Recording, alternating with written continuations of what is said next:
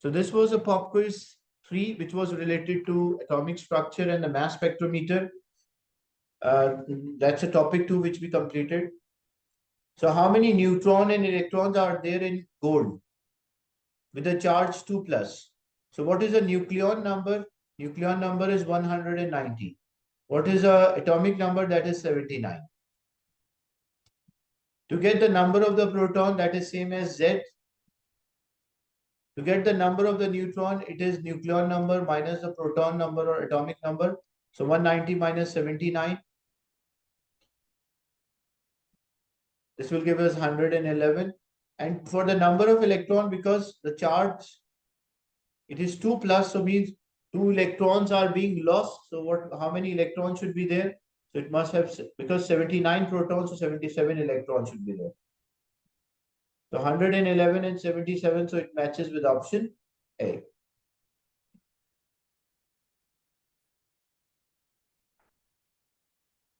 In question 2, the mass spectrometer of an element is shown. What is the relative atomic mass? How to work out the relative atomic mass is the percentage abundance. Like this percentage is 60. So this will be 60 times the peak 90 plus this one is 19 times the peak is 91 plus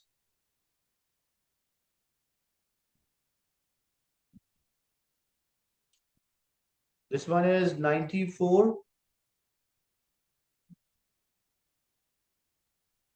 and the peak is, I guess it's at 18, so it will be 18 multiplied by 94. And then the last one,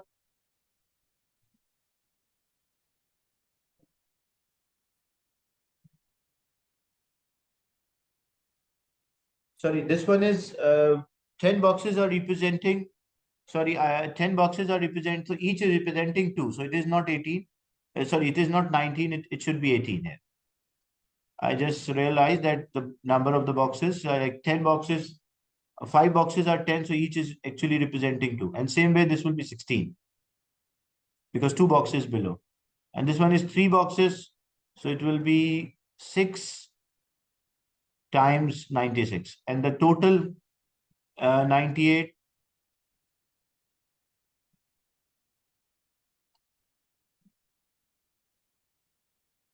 So we have to find average mass of the average mass of the elements. So how to work out the percentage multiplied by mass? So it will be 60 times 90. This will be 18 times 91. This will be 94 times, like 16 times 94. And plus the last one is 6 times 96. Divided by the total sum of the percentage, 60 plus 18, 78, 78 plus 16, 84. Sorry, this will be 78, then 94 and 100. So this will be 100. So when you divide all of them, you'll get as 91.2. So C will be the right answer. That's how we take average mass of the isotopes.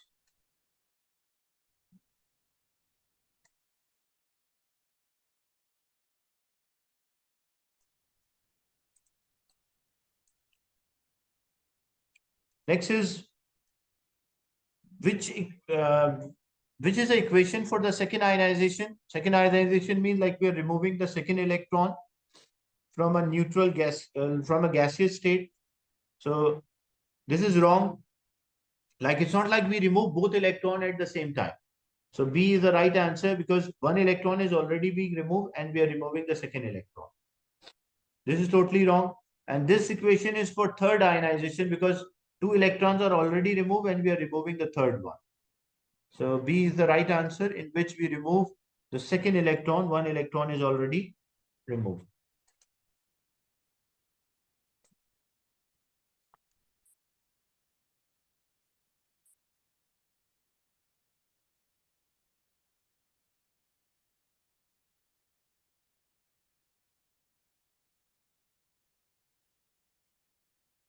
which is a reason why a fluorine has a higher first ionization energy than oxygen.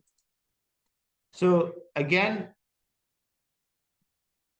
like oxygen is a group 6 element, where fluorine is a group 7 element. Oxygen is 8, fluorine is 9. When we write the electronic configuration for oxygen, it is 1s2, 2s2, 2p2. And when we write for fluorine, it is 1s2, for oxygen 1s2, 2s2, 2p4 will be there. And for fluorine, when we are writing 1s2, 2s2, 2p5 is there. Now, what is the general trend of ionization energy? When we move across the period from group 1 to group 8, the ionization energy increase. That is the general trend. Ionization energy means energy needed to remove electron from a neutral gaseous atom. So generally it increases. And why generally it increases? Because there is a greater nuclear charge. The nuclear charge increase, that's why the ionization energy increase. So fluorine atom, it's not about pairing of electron. It is about more protons are there or a greater number of the proton in the nucleus or greater nuclear charge. That's why when we move across the period, the ionization energy increase. So whenever a question is there, a general trend, why generally the ionization energy increase, what should be your answer? You will mention as we move across the period, the proton number increases, the number of the shell remain the same, but the protons are more. As a result, stronger attraction towards the nucleus or a greater charge density.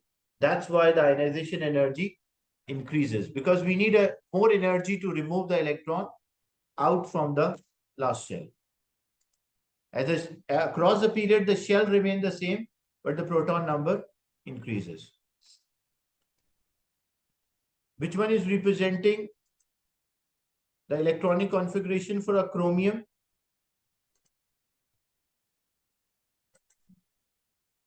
So till the in exam also you will have the periodic table with you.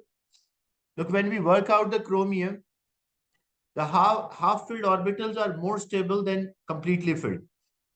This, what does it means? AR means till argon it is same, like till 20 it is same. Then it has 20, like the proton number of a chromium is 26.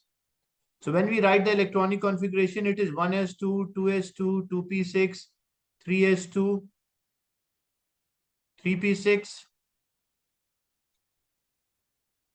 then 4s2. So how many electrons we arrange? 10.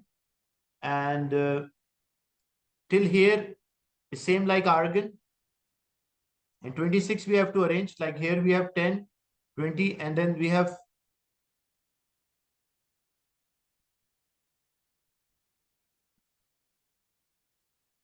sorry, argon is 18, not 20. Yeah.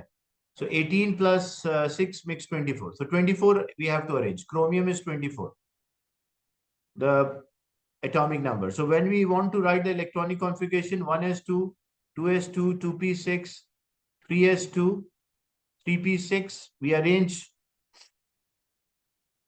Then from 3p, it will not go to 3d, it will go to 4s and then 3d.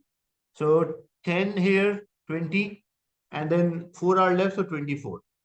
Now, what happened when we write electron in a box model, like arrange in terms of order? 1s2, 2s2, 2p6, 3s2, 3p6, 3d4, 4s2. But in case of a chromium, what happened? This is in terms of order. The first one is in terms of energy. What happened in case of a chromium? Because half-filled orbitals are more stable than partially filled orbital. So one of the electron from 4s will jump to 3d. So when it jumped to 3d, so it is 1s2, 2s2, 2p6, 3s2, 3p6, it becomes 3d5 and it becomes 4s1. And that is more stable as compared to 3d4 and 4s2. Why? Because in a d orbital, which is having 5 subshells, so each will occupy singly. Each electron will occupy singly and they will have less repulsion. Before, when it was like this, Like then 3D was having 4 electrons and S was having 2 electrons. So this was single. This was single, but S was having a pair of electron. And a pair of electron have more repulsion. That's why to make it more stable, the chromium electron jump back to the 3D orbital. When it jump back to the 3D orbital, so all will occupy singly. And that it increases the stability of a chromium.